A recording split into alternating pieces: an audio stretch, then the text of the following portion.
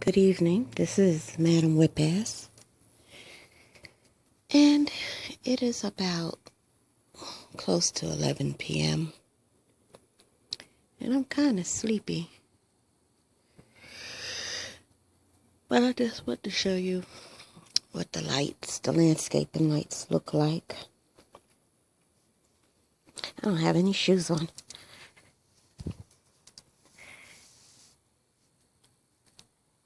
Yeah, that's the walkway.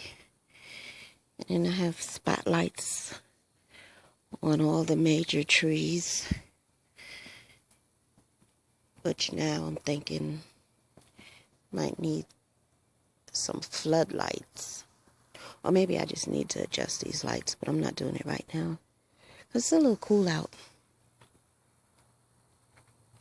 Anyway, let me walk further on. So I said that I would probably be talking about Prince. And yeah,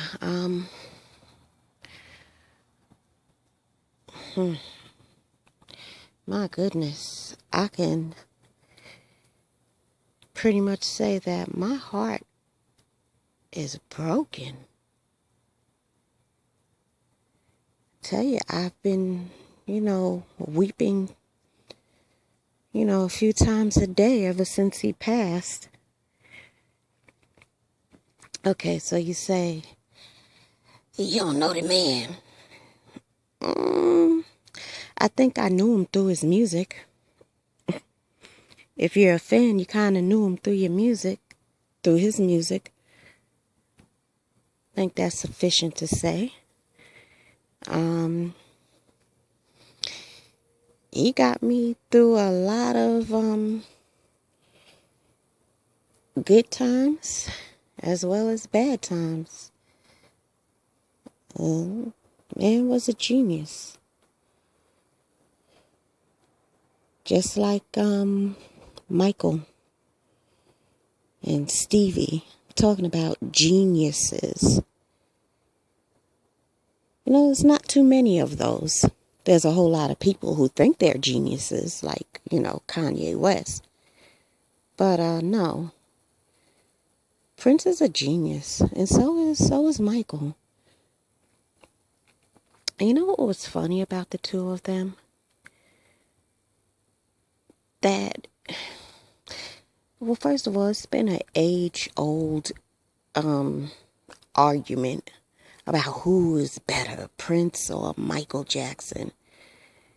And the truth of the matter is that you could not compare them to each other. It really made no sense to do that. I mean, on the surface, you probably can say that Prince was better than Michael Jackson because Prince played 22 instruments. Did Michael play an instrument? He might have played the piano, maybe. So, on the surface, you probably can say that.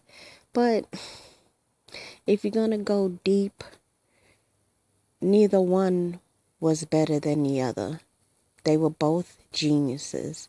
They were both created in their own mold that was broken after they were created.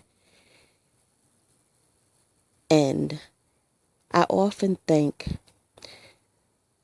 that the main reason why we never saw Michael and Prince standing underneath the same spotlight was because it was just too much of a friction. Like, do you remember if you ever played with magnets? And, when it was a positive and a positive, there was friction. It wouldn't, snap together. And if they both were on the negative side, it was friction and they wouldn't snap together. Well, that was Prince and Michael. They could have never collaborated together on a song. It's just too much genius all at once. No, they needed to be in their own lane. And they both did that well. Yeah. I mean, here one day, gone the next. He's died, and the next day he's like cremated. Poof. Gone. Done. Finished. This is crazy.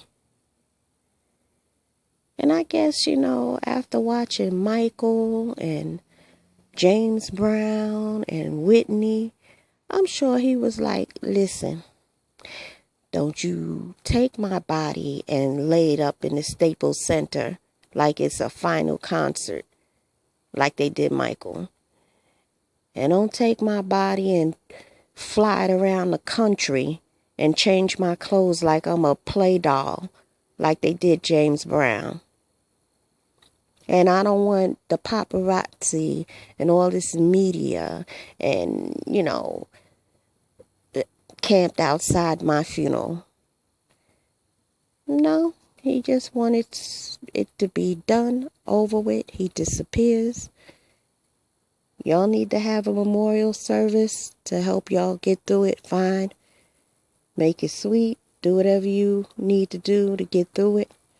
But, just keep my privacy intact. And no pictures.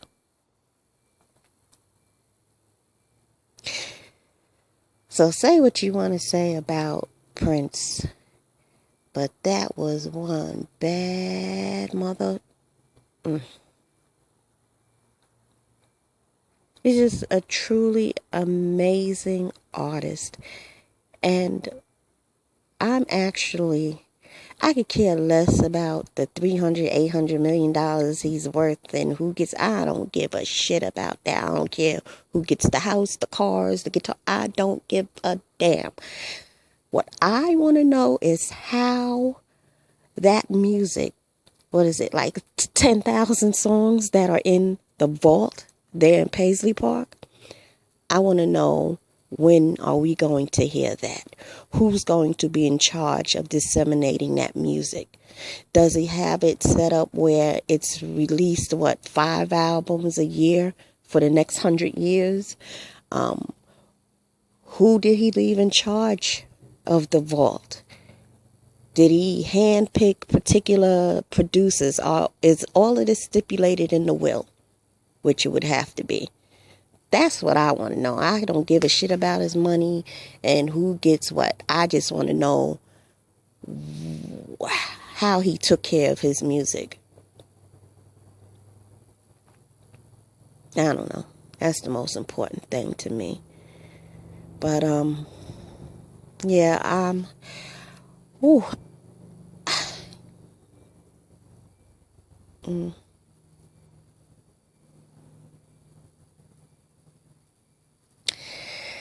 For those of you who grew up in the 70s listening to Frankie Crocker, New York radio DJ, also from East Elmhurst, at the end of his radio show, he used to always say something to the effect that I'm just going to paraphrase because I'm tired, but something to the effect of, I hope I pass away before you do, so that, I'll never know that you passed away. Something to that effect. And, I get that now. Because it's a really painful thing. And I just hope, if he had to go, it was, he was sick, whatever the case may be. I don't want it to be that he left us so soon over something that could have been prevented. When the details come out, I don't want to be angry. I'm praying that it has nothing to do with prescription pills. Because I just don't want to be angry about it. I don't have the energy for it. And when I talk about anger, I won't be angry at Prince. I'll be angry at the doctors and those around him. Because if indeed this man a week ago had an overdose on Percocet, where the plane had to be landed in an emergency, and he was given that shot, I forgot the name of it, that, saves your life when you're overdosing, then those people around him knew he had a problem. If they didn't know prior to that, they knew then. Okay? And so if they were just yes people who sat around for a paycheck and watched this man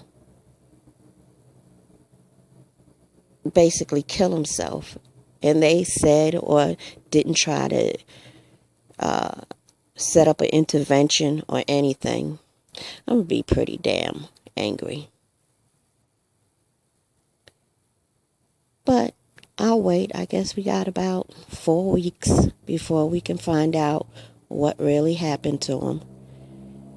And I'll save my thoughts for that time. But anyway, it's almost 12 minutes.